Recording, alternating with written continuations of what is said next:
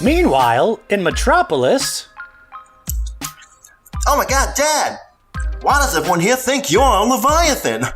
Because Lois, because Oh no! because I know Leviathan is Huh? right. What, Dad?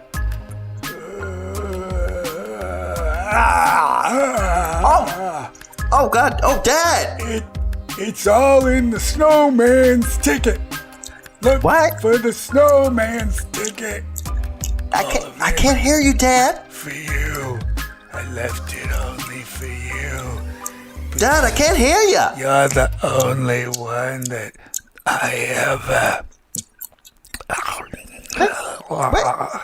Speak, what?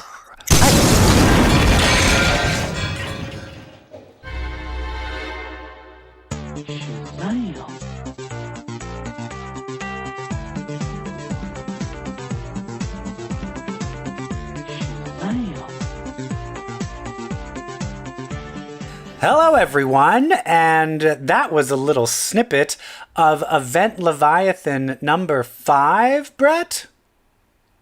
Number 5 by Alex Maleev and Brian Michael Bendis. And you are listening to CBQ Legacy. That's Comic Book Queers. I'm EvilJeff, and as you heard the name mentioned before, this is Brett.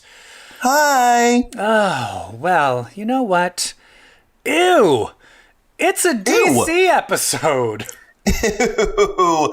We're gonna ew our way through this entire episode because we are giving full focus, that's right, full focus to DC. Ew! Ew, it's only DC! Ooh, DC! District of Columbia! District of Columbia Comics! Well, I think we should get right into it with What Are You Gonna Pick? Hot topics! There's some interesting DC news coming out, and I think the first one is a casting choice. A casting choice? What is it? They have cast Zoe Kravitz as the new Catwoman in the upcoming Batman film. What a glow up. She goes from Angel Salvador to Catwoman. Yeah, right? How do you feel about this casting choice? Good? Bad? I feel like my opinion does not matter because I didn't watch Big Little Lies, but I think it's wonderful. Here's why. She seems to have the same weird, intense, mysterious, subdued, sexy, grimy energy that Robert Pattinson has. Oh, I thought you were going to say it's Lisa Bonet, her mother. No. Oh, Denise Huxtable? Yeah. Her too. Yeah. No, as Arpats. Okay. I think I like their energy. They got the same kind of vibe going on. That's my issue is I have never seen her play something like that. So I have no idea whether she's capable of it. It's different. Oh, she's very versatile. Of course she is, but I've never seen her play like that, this evil, hey, I'm Catwoman. So I've never seen her. But I'd like to think she can do it. But I'm reserving judgment. Just like when January Jones was Emma Frost. It was like, give her the benefit of the doubt, and then she was an abortion. But did you not get that sexy sinisterness from Angel Salvador in X-Men First Class? No, that was garbage. It was awful. But that was... no, I have high hopes. But does this now mean in TV and movie portrayals of Catwoman, not counting cartoons, is there now more African-American women have played Catwoman than white women? I mean, no, because I think there's only been 2 so far, right? Eartha Kitt, Halle Berry. Three. Halle Berry. I forgot about Halle Berry. And then we have Anne Hathaway, Michelle Pfeiffer, and Julie I guess it's Newmar. Julie Newmar. I guess that's a tie? No, Lee Merriweather.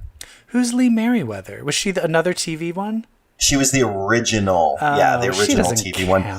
And sorry, Gotham, the younger actress who played Selena Kyle on Gotham. Oh, that show does. Who watched that show? Did you watch it? I've seen episodes. They lost me at Jada Pinkett Smith. No, I'm just sorry. They had me at I'm Batman. Oh, is that how it ended? That he's like, I'm Batman. I think it did end. I didn't see the end, but I think it did end with all of them grown up as the people. Ooh.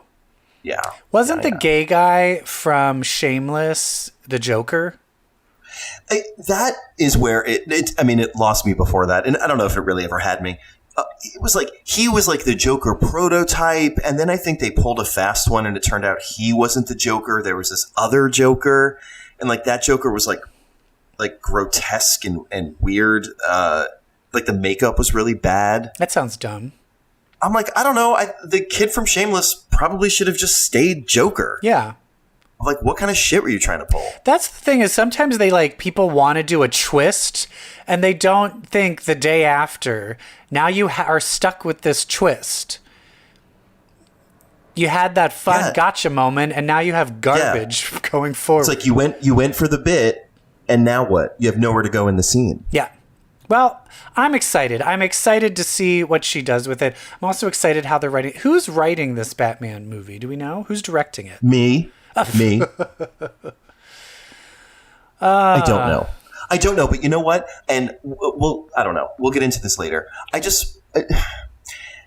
wish one day we could be freed from the prison of having to make Batman seem real. But yeah, that's all I'll say for the time being. And I have other things I want to talk about Batman, but I'm going to save it for a later segment when we talk about another. We've got so many genre. Earths. We've got so many Earths to talk about, infinite ones, and they're all having a crisis. Yes, infinite crisis. So everyone is super excited. When do these actually premiere? When does it actually start? Are they just? I think it's in December. I think it's December. They are pumping this up where I'm actually probably going to watch Supergirl and Arrow. What? Did you see I saw on Twitter there was a photo going around. I can't say for sure if it comes to the show. I mean, be skeptical of everything on the internet. I didn't see a creditable source. My cat's going nuts. They had a newspaper with the headline that said Bruce Wayne marries socialite Selena Kyle. And it's a photo of Michael Keaton. Yes, I did see that. That. You know, Michael Keaton married Michelle Pfeiffer. They're just merging. It's every single version is all up for grabs. They say the original Robin is going to be in it from the TV show. Burt Ward. Yeah. And there is a rumor that the cast of Titans is going to be in it as well. What? I would freak out because, I mean, as any listeners of the show know, Titans is our jam. We fucking love some Titans, and I would kill for it. And they would only add value to that to Crisis, especially because Titans was dragging its feet a little bit, but this last episode, shit got good. Shit got real good. Did you see it, Brett? I did. It was a departure episode featured solely on... Which I usually hate. Yeah, but this one was good. It wasn't like a Nikki and a Paolo thing. This was Connor Kent, Superboy, and being introduced to the show and introduced to the world, I might add. And before we even get to that, this is the other cool thing that they did, is that right at the end of the last episode, Robin falls out of a window to his apparent death. And then just like in the comics, they had a poll. I mean, it was an online poll. You didn't call in, like in the original comics, to see whether he should live or die, which I think was hilarious. But clearly they already shot it. Yeah, they already shot it. So they already fucking knew, but it was like an homage to like that. Did you vote? Yes, I voted. Not only did I voted the same way I voted 30 years ago. That's right. You called that original hotline number. I was denied my vote in 1988. I voted for Jason to live because I am not a monster. You voted for him to live? I voted for him to live. not going to vote to kill somebody. It's a comic book. Well, my name's EvilJeff, so I would have voted for him to die. So I'm so a force of good that I don't even put it in my name. Are you what you know that like chaotic neutral, chaotic evil, like awful good? What are you in those? I don't know. You tell me. I don't know. Okay, fine. I don't know. I don't know if I trust you, Brett. I would say you're chaotic neutral. I'm or I'm lawful evil. Lawful. Isn't that like authoritarianism? Oh no, yeah, then no, I'm not that. Okay, I'm chaotic. I like chaotic neutral. Chaotic neutral. Or chaotic good. Say I'll be chaotic. I'm chaotic good. Yeah, I think I'm chaotic good. Okay. We could all use a little bit of chaos. But anyway, back to this Titans. It opens up with his butt. Oh, his butt and his actor body. Who plays him? I don't know, but I'm in love. Part of the reason that this episode was so good was because the actor who plays Connor Kent is so hot. He's so hot. But here's the thing. If you were like, you can have one night with Nightwing or Superboy, who would you choose? Ooh, don't make me! Don't make me choose! Oh, I would still choose Nightwing in a heartbeat. Oh, man. Just because, here's why. I feel the other Superman guy, Superboy, is hot, but I feel that Nightwing could just fuck the hell out of you. He just looks like he'd be better in bed. Sure. Either way, I'm so good. But yeah, Brenton Thwaites. Yeah. And we got a Crypto going on. Oh, the doggy. I love him. And I love Crypto. I love Connor. Is Superboy in this? He's the cross DNA of Superman and Lex Luthor. Is that how it is in the show too? In the comics? This is the flaw of the Ew episode. We don't know. Because I remember seeing Young Justice, and I don't think that's what it is in Young Justice. I don't think he's Lex Luthor DNA at all. Yeah. His the actor's name is Joshua Orpin, by the way. Orpin? Orpin, like he's an orphan without the H. Huh? Did and he make an I that up? instead of the A. Did he make that up? He was probably Josh Brolin, and they're like, there already is one. And he's like, Orpin. Okay, I don't know. Orpin, I don't know. Josh Gorpin. There's already a Josh Gorpin. He's not famous, but he's already registered. Fine, Josh Orpin. I've had to actually call a friend a different name because of SAG. You had to call your friend a different name? My friend of 20 years had a name, but he actually always went by his middle name because his first name was weird. And so for 20 years, I called him Rob. And then he started doing commercials and acting and got SAG. And they were like, oh, Rob, this name's already taken. And he's like, well, my real name is Richardson. And they're like, okay, that's your name. But now everyone calls him that, including his husband. And I have to now switch what I have called him for 20 years. And I have to switch and call him a different name. It's weird. So his first name, you have to call him Richardson? Yeah. What the fuck kind of first name is that? I don't know. He Does he listen? Yeah. No, he's not going to listen. But I love him. He's one of my best friends. I love him to death. But yeah, but that's the weird thing but I still call him Rob. And then I was like talking to his husband. I'm like, where's Rob? And he's like, who? And I'm like, your husband. Ah! I had a friend named Lewis in DC who was a performer. And he started singing at like a lot of clubs and whatnot. And really taking off. His name was Lewis Carter, but his performance name was Carter Lewis. And so people started all calling these him people Carter. that he knew and met. Yeah, so I had to switch from calling him Lewis to calling him Carter. Well, that kind of happened to me because of doing comic book queers, people started calling me Evil or EJ. And then it moved over because I was living with another guy named Jeff. They all started calling me EJ. So before I moved to LA, a ton of people called me EJ. And then when I moved to LA, I started back over as Jeff. It's weird. Anyway. Hey, our identities are fluid. Anyway, Titans, this episode was great. Do we want to go into detail or just talk about the end? The cool ending? No, let's just talk about the end. I love it. Because that's the thing, is it left was on this cliffhanger, and then here's this whole other shit. And Superboy was left where it's like, they're going to catch you, so you can't be a hero. If you do a hero, they're going to discover you, and they're going to capture you. And of Very course, Man of Steel. There is Jason Todd falling from the building, and he saves him. And they fell in love. And they had a great, and they fell in love and made love on top of a smashed car.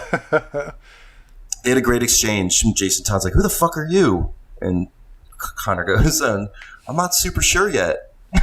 Super sure. It was super cute, but then Connor got shot with a kryptonite bullet. So. And they kidnapped Crypto, but now he's off with the Titans. Yay! Love it. The show just got better. Love it. It's crazy. And so that was weird. Some hot topics. Yeah, that's some hot topics. This DC is getting me on fire. It's so much is that it's like I can hardly breathe. Well, it sounds like, and we're gonna have to do this because it's us, and fuck the DC episode for a second. Shoot. Ooh, yeah. Oh, it looks like even though it's a DC episode, we're still waiting to exhale. Because that's right. We can't go a whole episode without talking about the X-Men. Hello. No, baby. Hello. Sorry, we fooled you, because we're gonna fucking talk about it. So it all came to an end, the Hox Pox era. It's so funny to talk about this like it's the end. It is so not. This was a freaking setup. It's the so much more. It's just so much story. I know, it does. It also leaves me with so many more questions. Because the whole time you're like, where's Moira? Where's Moira? The very end of House X, you're like, well, there's Moira. But what was going on with Moira? And here's Moira, but I'm left with so many more questions. Like what? What, like what? Like the Life 6. It was the librarian future. Yes, but those librarians are a whole separate being. Yeah, they're transhumans. What? But how? How? What? What are they? They're the combination of man and machine that those church people were doing, like when they spit the thing in the baby's face. Is that what? So they're just like merged human machinery? Yeah. Okay. They're the new enemy. All right. Well, then how did Moira... Why is she still alive after 1,000 years? I think it's like one of those things like, here you go, readers. When the guy said to Wolverine and Moira, good thing you two have the same blood type. Hey, that was enough for me. What did that mean to you? That there was some sort of procedure where they exchanged blood and they kept them alive forever. Okay, all right. I accept that. I was just was just very confused. But that's the thing is, it looks like. But here's the thing: is she's then also so at the same time she's also planning for this. She's planning to prevent this as well. Yeah, she might be planning to prevent the transhumans from happening at all. Yeah, so that's the thing is that's a whole separate thing. So I'm so curious as to what this plan is. It's fascinating. And this, at the very beginning, they showed the very beginning conversation between Moira and Professor X. And they take it a few steps further. Where they actually see what happens after he reads her mind, and he goes like, arr. Oh my God. Psychic attack, headache, screaming. And she's like, bitch, we got shit to do. Yeah. It is the first, like the theme of this whole thing breaking Charles Xavier keeps coming up. And I feel like that was the first moment where you're like, oh, geez, this is going to be a lot of stress on this guy. Yeah. And so then that was her final life is everything that was taking place 1,000 years in the future. And once she figured out how it all happened and who they were, she was able to die. To reset. Yeah, so I mean they pulled a fast one on us in the episode issue 1. We thought the two figures in that little like made up Eden were like two preserved humans. Yeah. But it was Logan and Moira. It was two preserved mutants because for some reason we thought the blue people were mutants because they were acting all good. Yeah. It's all very vague. And it turns out... But then no, it made sense when we saw that church in X2 with the thing shooting in the baby's face. Like, they in retrospect, yes, they looked exactly like the blue people. But that's the interesting thing is that in X2, that wasn't even this life either. So that is still destined to happen in a way. Well, yeah, it's what makes the Silo Bell thing so weird. That shot from the first one where she was put in the tube in Nimrod's future and then was still in the tube in the librarian's future. That happened in 2 separate timelines. Yeah, so that's the other thing is, so in this timeline, that means they still made those hounds, which would make sense. Yes. Because that has nothing to do with Sinister. Sinister didn't make Silobel. No, it's Nimrod. Yeah. So I guess that means maybe it is Nimrod is still the thing that causes all of this. Yeah. I know they feel they took care of Nimrod, and now but she knows she knows that they're still going to try. Which is what Dawn of X is. Now we know that Nimrod and Sentinels aren't the thing. We thought the whole time Nimrod was the thing, and then at the end it was revealed, no. Us transhuman blue people, we're the thing. We're your enemy. Humans taking on machinery in order to kind of match or best you. That's the thing. So the Nimrod stuff, I'm like, oh, good. Then, in the sun for you. You didn't matter at all. But you were a diversion. Isn't it amazing, though, that both of those times where she had to wait a super long, her life was extended for a long time, Logan was the one that had to kill her. What a great... So we go back to Powers of 10, I want to say 3 or 4, where she gets the information about when Nimrod was created and then kills herself. Logan kills her in Life 9. And that weird line, this is what you do, with that smile on her face. It's because that's what he said to her when he killed her in Life 6. Yeah. That's so good. Chills. Logan, I didn't expect to love as much in House of X, Powers of 10. He arguably is my favorite character from Powers of 10. Really? Yeah. I loved every moment of him in both futures. I'm still Destiny is my favorite character so far. Yeah, true. Which will come up later. Here's the interesting thing is then it's Moira's journal basically about how she wants to break him down to get him to do what she wants. Do you think he is aware of all of this, or is this all these journals behind his back? No, I think she has to dismantle his ego because that's always the thing that doesn't help. And it's a process. There's one that's redacted and it's early. It's an early one. It's before she even meets up with Magneto. Yeah, I mean, is one of the redacted about Krakoa, about giant-size X-Men, I wonder? Yeah, I'm interested. Or is it, I mean, there's some, I'm just like, what could it be? Because that's the thing is Moira, the shit that she's done, we now know the only reason she got with that other person and had a baby with Joe was to make sure that it would be Proteus. And kind of sort of the same thing with Xavier and Gabrielle with Legion. Yeah. Yeah. They all purposely did that. Is Legion... Have we seen where Legion is? No. But he's there, though, right?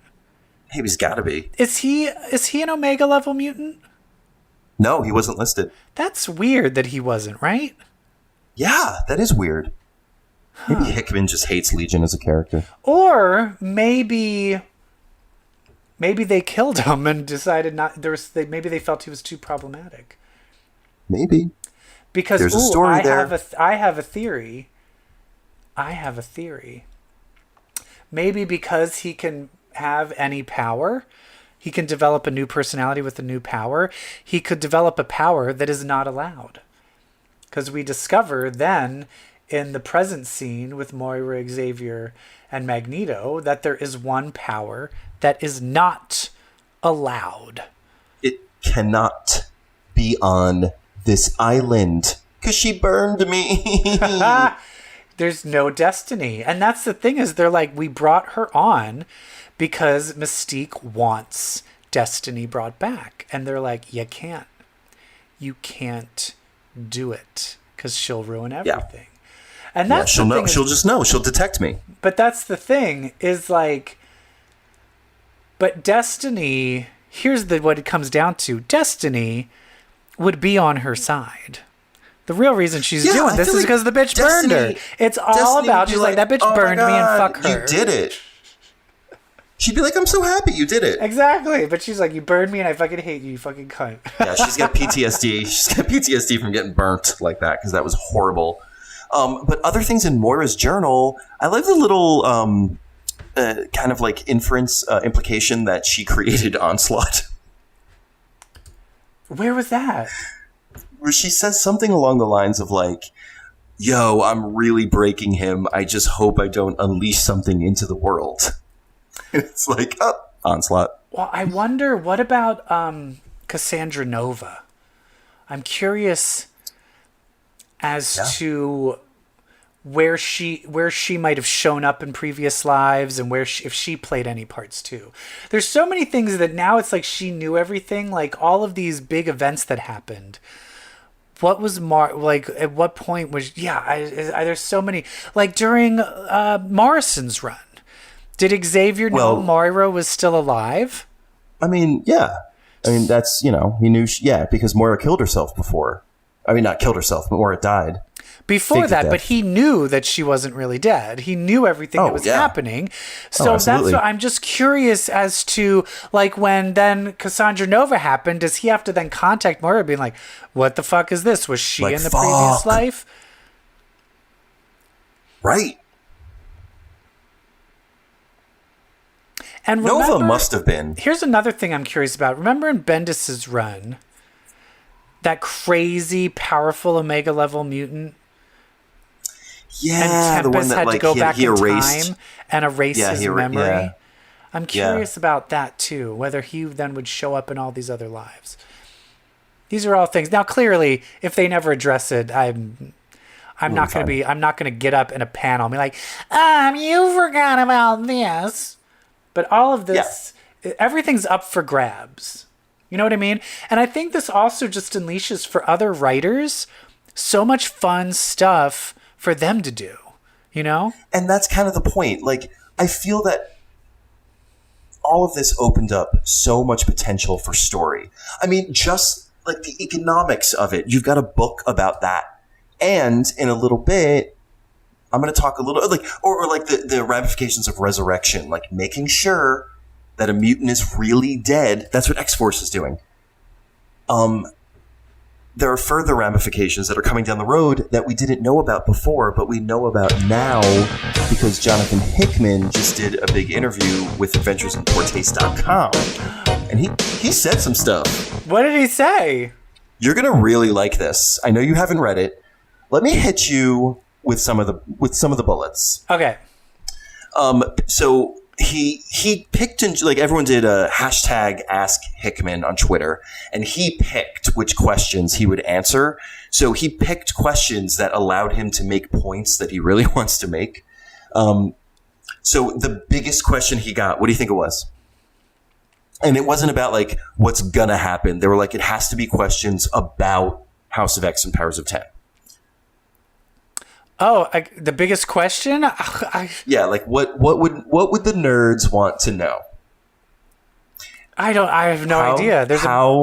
how does Wolverine have his adamantium? Oh, okay. Yeah. I asked that. Yeah, so did everyone else. And his answer was basically, I don't know, maybe Proteus did something, or maybe he went through the whole process again. It sucks, but he's done it before. Like, the point is, he's probably going to have the adamantium, and it'll happen one way or another. Maybe it already did. But the more interesting question is, when these people are brought back, why does Cyclops still need his visor? Why doesn't Chamber have a jaw? Does the imprinting of the backup of their mind mean that they have to be broken in that familiar way to be who they are? I mean, yes. Like that's the more meaty stuff. He asked that. He brought that up. Yeah, he's asking these rhetorical questions as a way to kind of tease, like, this is the stuff we're going to be exploring, and it's a lot more interesting than how Wolverine got his adamantium back. What if they want to be backed up from an earlier version, one that hasn't suffered a particular trauma or had their heart broken? So, like, we're going into Eternal Sunshine stuff with this stuff. People asked, will we see Namor again? And his response was, I will not tell you whether or not Namor, in parentheses, human name, the fishman of Chekhov, close parentheses, will return. So he's calling Namor Chekhov's gun, and I'm calling Namor the Red King. That's my guess. Okay. Interesting.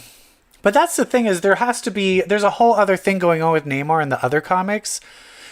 So he might not even have access to him until they're done with that. Yeah, maybe. But they got years of planning, which is why this is so good. He was talking about Jean's costume. Like, people are like, why is Jean back in that costume? And he was like, you know what? This one, I got to say, I was pretty disappointed. I was pretty sure that everyone would figure this out as soon as House of X1 hit the stands. And while I'm not going to spoil the story for you, I will say, go back and look at the most famous time she put this costume back on. So I'm like, wait, what? Oh, right before she did the battle. A story here? She did the battle for Dark Phoenix. Exactly. So what is he trying to say, though? Somebody brought up, like, a line of dialogue when she's putting that costume back on that she says to Scott in the original story, where she says, I started as Marvel Girl, and I'm going to end this as Marvel Girl. And I wonder if Hickman was just kind of referencing. Yeah. That's great. So, I love that. That's so great.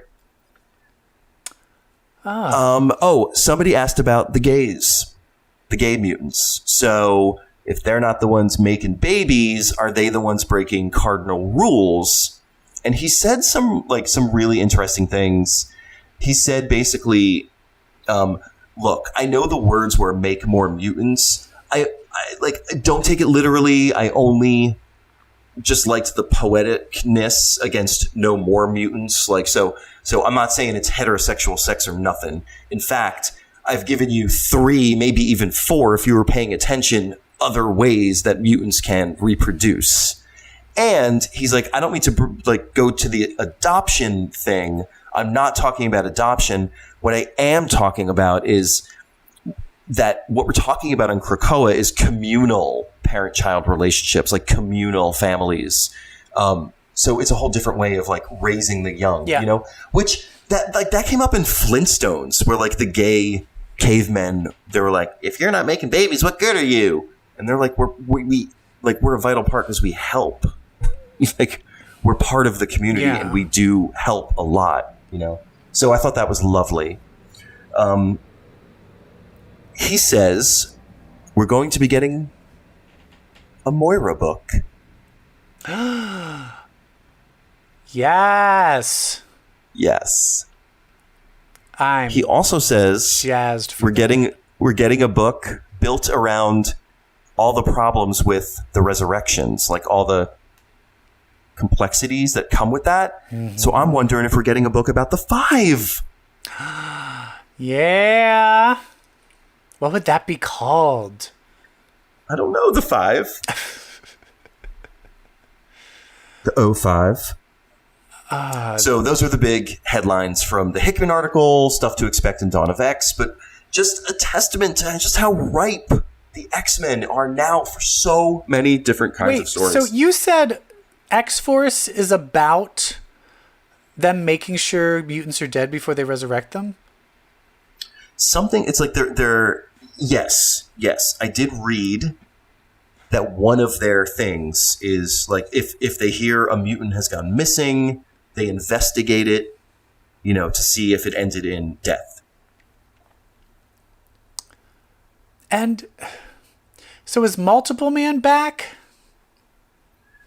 We don't know. I just thought of that because that was always one where it's like, oh, there was another one hidden around somewhere.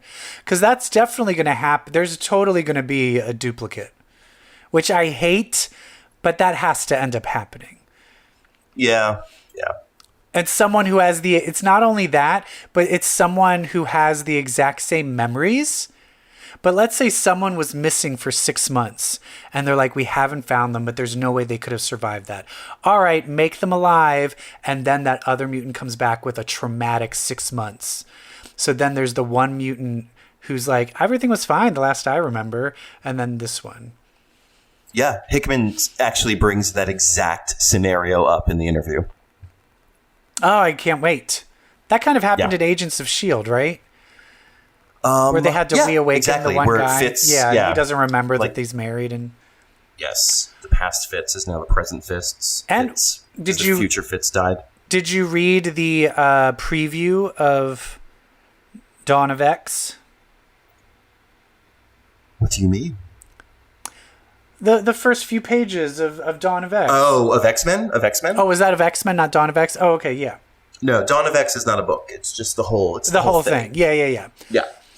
I did. Can I get a duo adventure with Storm and Cyclops for the first time since the thing's been around for 60 years? Like, what? It's great. It's amazing. Because it's always like Storm and Cyclops are the leaders. So Storm, you get your book with your team. Cyclops, you have your book with your team. And then it's like, no, yay, let's have them fucking fight together. Yay. Yes.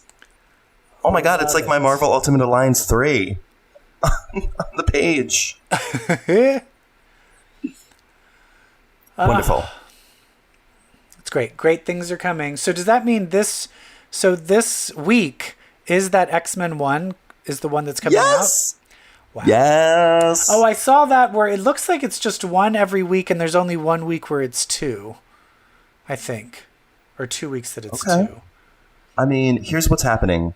I am now going to buy hard copies of comic books again at the store. I signed up for a pull list for the first time in 15, 20 years. You go, girl. Thank you, Dawn of X. I will say this. I am waiting for the Powers of 10 House of X trades. I'm buying the shit out of that. Oh my God. I'm buying 4.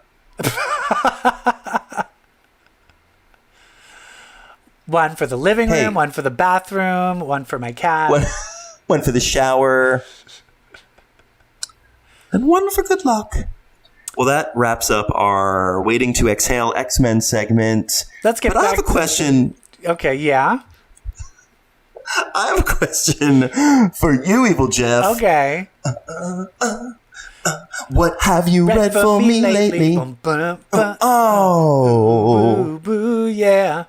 All right, back to our DC-only episode. You know what I read for you lately? I've read Event Leviathan number 5. We read a scene from it at the top. The garbage we were reading in at the beginning.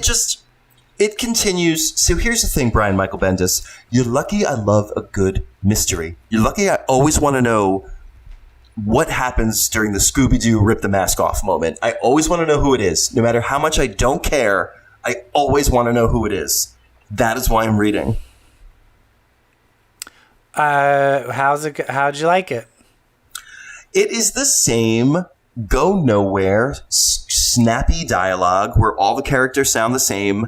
The mystery it starts to get a little bit complex. It's still easy to follow, but it's like a little complex. It's just like one red herring after another, it's like, just kidding, just kidding, just kidding. Like when somebody says, just kidding, just kidding, just kidding to you over and over and over, after a while you're like, shut the fuck up. And that's how I feel about Event Leviathan. Have you seen that SNL skit of Judy Grimes. Yeah, she's funny. Kristen. Yeah. Just kidding. Just kidding. She's one of my favorite SNL characters. And communism is just a red herring. Yeah. Just kidding. So that's how I feel about Event Leviathan. And then the thing that happened, so here's where we are.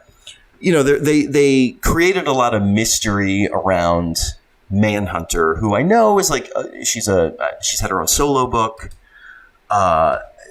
She's got a bow staff and like she's got red armor, red suit. That's pretty much all I know. So she's one of our team A of detectives. A team B was revealed. Lois hired other detectives to do other investigations, we find out. So they were like, Manhunter, is it you? Oh my God, were you framed? And then at the end of the issue, Damian Wayne is like, wait a minute, who else has your Manhunter tech? She's like, what do you mean? And Damian's like, you weren't the only Manhunter. And like, that's how it ends. I'm like, what? Like, when did Manhunter tech come up? Wait, do you know who the other person is? I looked it up on Wikipedia. There's like 5 others. Anyone interesting that I would recognize? No. What if it's Jimmy Olsen as Leviathan? Actually, they brought him up as a candidate. Okay. Because he was the sole survivor of one of the attacks. I was like, this I'm here for. And so does the dad die? They got, I guess he died. And what happened? Did they get transported to a different dimension? I don't portal? Care. They went through a portal. I don't know. My head. So I give Event Leviathan ew, ew, ew, ew. 4 ews. All right. I read the Wonder Twins comic. And this one was they started like a new arc in a way, and I didn't care for it.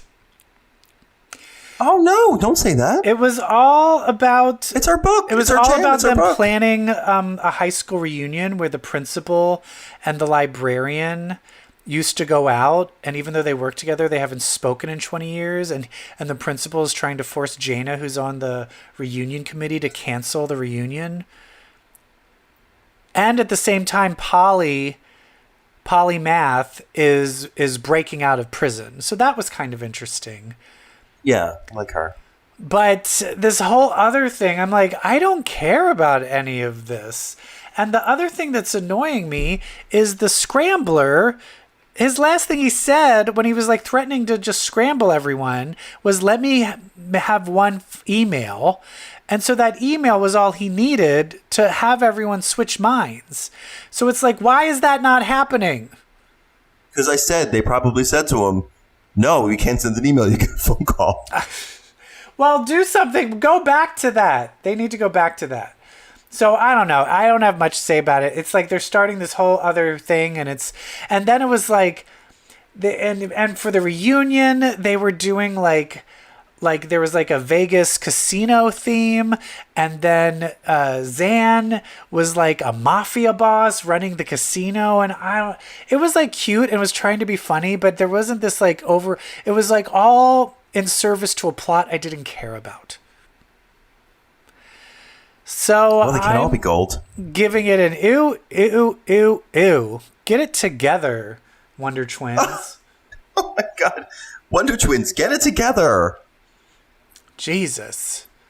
Form of coherent storytelling. Shape of the flavor of the first few issues. All right, so that's what I read. But I also saw. All right. We also saw 2, 3, 4. Let's get critical. I wanna get critical. So we finally saw Joker. Joker. What a Joker. Joker. So you want to go on 3, 1, 2, 3, loved it or hated it? Yeah. All right, ready? Okay. 1, 2, 3. Still undecided. You hated. You said you hated it. I mean, I hated it. Like, I was not impressed. I'll say that. In no way is this a complex film. This is a very good, not a very good, excuse me. This is an okay comic book movie. Well, here's the thing. This is a movie that's been made many times before. I'm going to say this. It's a good movie, but it's a bad comic book movie. Oh, weird. I liked it as a movie, talking about someone with a mental disorder leading them to become violent. I found that interesting. It being the Joker's story was stupid. Yeah. And like this to me I just couldn't get the concept out of my head. Like, let's reboot a Batman franchise. We'll start with Joker. It'll be cool. It'll be Taxi Driver. It'll be Falling Down. It'll be the King of Comedy. It's basically It'll Taxi Driver. It is Taxi Driver. Yeah. So it's like, it's great. But so Taxi it's a movie Driver that's is been better. done to death. Yeah, Taxi Driver is much better. It's done with more nuance. This to me was so simple and predictable. So let's get into major spoilers. Okay, there well, are let's several talk. reveals. Brett, you need to reveal something. Oh, okay. You're not revealing something third. that you mentioned to me before we started recording. I missed the final third. I walked out because I missed my husband and I wanted to hang out with him. Because I knew how it was going to end. It was so predictable. I was like, okay, well, violence is going to get worse. And then this specific thing that did happen at the end. And they're going to add that visual cliche that we see every time. And I didn't need to stay. Because I knew. What visual and I was cliche? Right. Martha's pearls. Oh. Come on.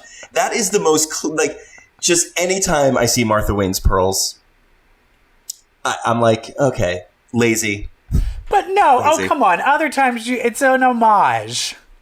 Oh, please. That doesn't bother me because it's like, you have to do it. You have to do it. All right, well, we already spoiled the end, and I tried to give a spoiler warning. Oh, they know we spoil everything. There is in this, it's fucking Bruce Wayne. Batman is in this movie. And he is visited by the Joker himself. And it turns out that the Joker's mom thinks that, what is it, Thomas Wayne? Joker's mom used to work for Thomas Wayne. And she thinks that he's the father, but it turns out she's just batshit crazy too and was in Arkham. As soon as she's like, I wrote another letter to Thomas Wayne in the beginning, I was like, Thomas Wayne's his father. But I will say this, I did not see it coming out then that she was just crazy and she was making it up. Yeah, which... And I will say this, in the beginning, the whole thing with, what's the actress who was Domino, who's in the movie? Zazie Beetz. The whole... Don't. I will say, I was like... Don't. Don't tell me you didn't see that coming. No, I did. It took me a second. Because I was like, this my God. Makes no sense. She would never... And it wasn't until she was like there in the hospital bed and then she like kissed him goodbye. I was like, this better be fake. I was like, This has to be fake and in his head. Because otherwise there's no way this woman would ever speak to him. I mean, I thought that from point one. But at that point, I was like, none of it makes any sense. So I appreciated that he was just making up that he was dating her. All of these twists, thought they were so cool and clever, and they were so predictable. And then you missed this, but why is the little person community not up in arms? Oh, does he kill the little man? Oh. Does he kill the man? Oh, let me tell you what happens. The little man, so they're already saying the M word. I'm not going to say that word because they say that is offensive of what you use to describe a little person. They just are saying it and then laughing and making jokes at him. And he's just this nice guy. And it's kind of like, why? What is the point of you using this slur against him and making fun of him? Like, why? And then doesn't Joker spare him, though? So, yeah. So they come to visit him and the guy that gave him the gun. And then he just brutally stabs in the face the guy who gave him the gun to death, while the little person guy is like, no, no, and he's like screaming. And then you're just waiting for him to kill him. But here's the deal. When he let them in, he puts the chain on the door.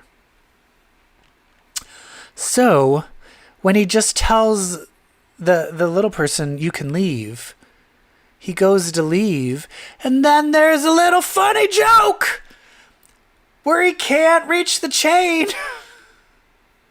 Oh, come on. And he's trapped, and he has to get him to come out, so then you don't know whether he's going to kill him. Because he can't reach the chain to get out of the door. But then he does end up letting him go. You know, like, it just, like, I'm like, why am I watching this? Like, well, here. Oh, the poor guy was constantly made fun of, and he was mentally ill, and he couldn't get his meds. And, like, do I need a rationalization for a homicidal maniac? Well, here's the thing that I would like, because this is the thing, it's going back to the idea of, like, chaotic evil. Joker is chaotic evil, Heath Ledger. And I think they were trying so hard to not be Heath Ledger. But guess what Heath Ledger was? He was the Joker. The point of the perfect. Joker, and the so thing why that even do this? The thing that makes the Joker so scary is that he enjoys the chaos, and he enjoys it. And I would have liked this more if it was someone who was taking medication to flatten out his evil impulses. Exactly. I wanted the same thing. And he thing. needed to become evil, not distraught, not pissed off, not over the edge, because the real Joker would have killed that little person. And so when it gets to the point where he does show up to the talk show with Robert De Niro, he blows Robert De Niro, he like shoots him in the head. The real Joker would have locked the doors, set the whole thing on fire, and murdered everyone inside. Like, that's the Joker. And the reason they didn't do that... And he would have made a bad joke. ...is because, well, that would have made him too unlikable. He's supposed to be unlikable. They kept trying to make you care about him. And I don't want to care about him. It's these idiots who revere the Joker and, like, watch... Oh, sorry. I'm not going into that. Yeah, it was such a missed opportunity. This character is not interesting. There's nothing interesting about this guy. It is just a exercise in how much abuse can one person take before they snap. And that is not a story that is interesting. That is not a story that needs to be told at all. At all. But still, I would say this. I was entertained. I felt Joaquin's performance was very good. I felt it was a well-told movie. But you know who else would have been good in that role? Any other actor. Yeah, it's not a hard role to play. It's not. I mean, can we stop pretending that the Joker is this genius character, this complexity? Like, okay, Heath Ledger took it a little far. It paid off. But can we stop? Like, any idiot can do a Joker laugh. Like, his laugh was annoying. Whole thing of, like, I will say that was kind of annoying. It was more annoying than creepy. Yeah, like this whole thing of like the Joker laugh being the pinnacle of male acting. Give me a fucking break. Anybody can do it. Yeah, well, I'm not doing it now because my husband's I will disagree with you where I do feel Jack Nicholson and Heath Ledger. God, garbage. Garbage? You felt Jack Nicholson was garbage? Jack Nicholson was not that good. What? What? Brett, how dare you? Watch it again. You were just too upset by how bad Kim Basinger was. I thought that for years. Well, I sternly disagree. But I felt both of them were better than Joaquin Phoenix. But Joaquin Phoenix was better than Jared Leto. Oh, Jared Leto is at the bottom of the fucking barrel. You know who's Heath Ledger is my favorite. You know who I think is better than Jack Nicholson is Mark Hamill. Oh, yeah. And you know who was a really good Joker was what's his name from Veep. Who was in that anime Batman we saw. Who? What's the guy's name from the assistant in Veep? Oh, yeah, Gary. Yeah. Nathan Hale. Yeah, he was the Joker in that anime Batman Ninja. Oh, he's great. Yeah. Yeah, with the flaming monkeys. Yeah. So overall, we had problems with it. Brett hated it so much that, I mean, or it could be like he was watching this so much that he's like, oh, I have to go home and have sex with my husband after watching the Joker. Like, pervert. I don't hate it. Like, it's just... That's what I'm saying. It's an okay movie, but for what it's setting up to be like, this is the origin of him. It's what I said before. You did this twist and now you're stuck with it because now you're stuck with a mentally ill, sad villain. That's awful. It's awful. Is he going to be the Joker is he the villain in the Batman movie? Probably. Has that been confirmed? Because that I'm just like, how you're stuck with that. I don't know, man. How about we stop trying to do the perfect Joker because it's already been done, and everything's gonna pale in comparison. Are you talking about Heath Ledger? Yeah. Okay. Joker's not going to work anymore. Heath Ledger broke the Joker. And isn't there something going on? You can't do it. Isn't there something going on right now where there's a new origin of the Joker in DC Comics, and they had a vote to see whether it should be brought into the main continuity? Have you read about that? The last I heard was the whole thing about there being 3 Jokers. I forget what story that was, but it was a few years ago, and the big reveal was it was somebody who could like tell you. There's an entity that could tell you like anything you wanted to know. So Batman like whispered in his ear like, "Tell me the Joker's real name," and then the character was like, "Which one? There are 3." And, like that was the big like, Whoa. So I don't know what ever happened with that. And I will say this movie also, it just made me realize I had an overall arching realization of the biggest flaw of Batman. That no one, and I know it's even worse with Superman because it's like, how do you not know that Clark Kent is not Superman? But I just hate where it's like, Batman, it's this lone figure who has so much money to build all these amazing things. And then there's a rich billionaire industrial single man, and no one for a second... jacked. And no one for a second thinks that it's him. That always bugs me. Yeah. That's how Marvel's... But... Well, this is a lot of talk about villains. And I tasked Brett before we started this that we're going to play a little game. We hated this reboot of the Joker, but could we do any better? If we were given a villain and had to redo that villain into our own movie, could we do it? Brett, we saw that SNL just tried to do it with Oscar the Grouch, making it a pretty trash man gone crazy movie. It was great. The Alex Moffat, Mikey Day, Bert and Ernie moment. Oh, it was the gay. Oh my God, that was hilarious. What if you could remake a movie using a famous villain? Who would you choose? Okay, so I thought through a few. I don't want to name what they are because they might be one that you did. But ultimately, I think I would want to tell the tale of Disney's Ursula, but it would essentially just be the movie Precious. Wait, is Ursula like Monique or is she Precious? No, I think she would be Precious. Oh my God. That's awful. I know, right? Well, the whole thing is like they're abused.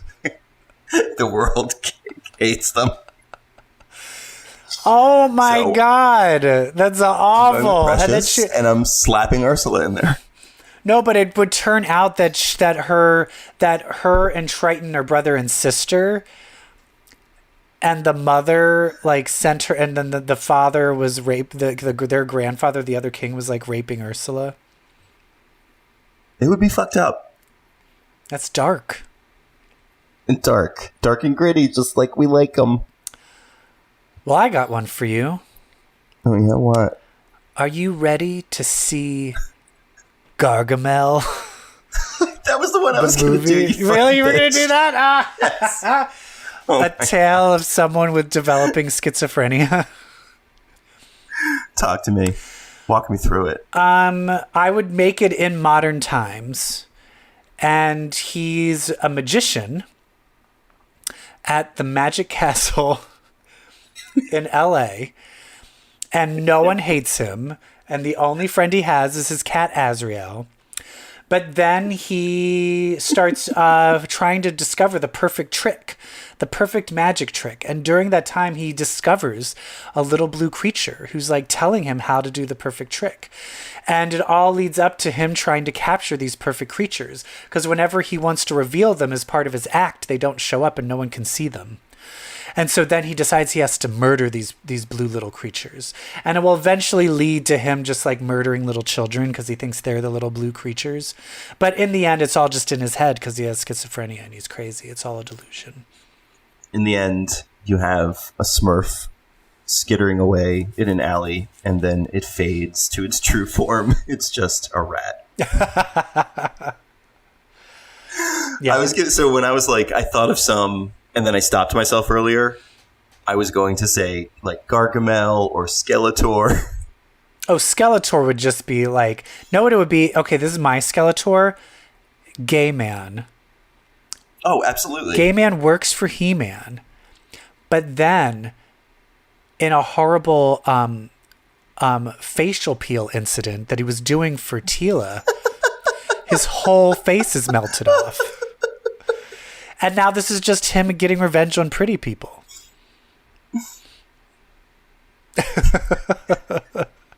You pretty people! Oh. That was my attempt at Skeletor. I'll get you! Well, Brett, I think we learned a lot today. We learned that X-Men is just beginning and just getting better. We learned that DC... is still a big old ew. We learned that DC is still a festering pile of nothing. But what do you guys think? I want to hear from you. Do you listen to us? Send us an email. Send us slide into our DMs. Send us an email. Type us a letter. Send us a telegram. Send us a letter. And most importantly, tell your friends that if they subscribe to the show, then the show will grow, and who knows where we will go. And remember, if you read comics, well, my friends, that makes you queer. DC sucks. Ew.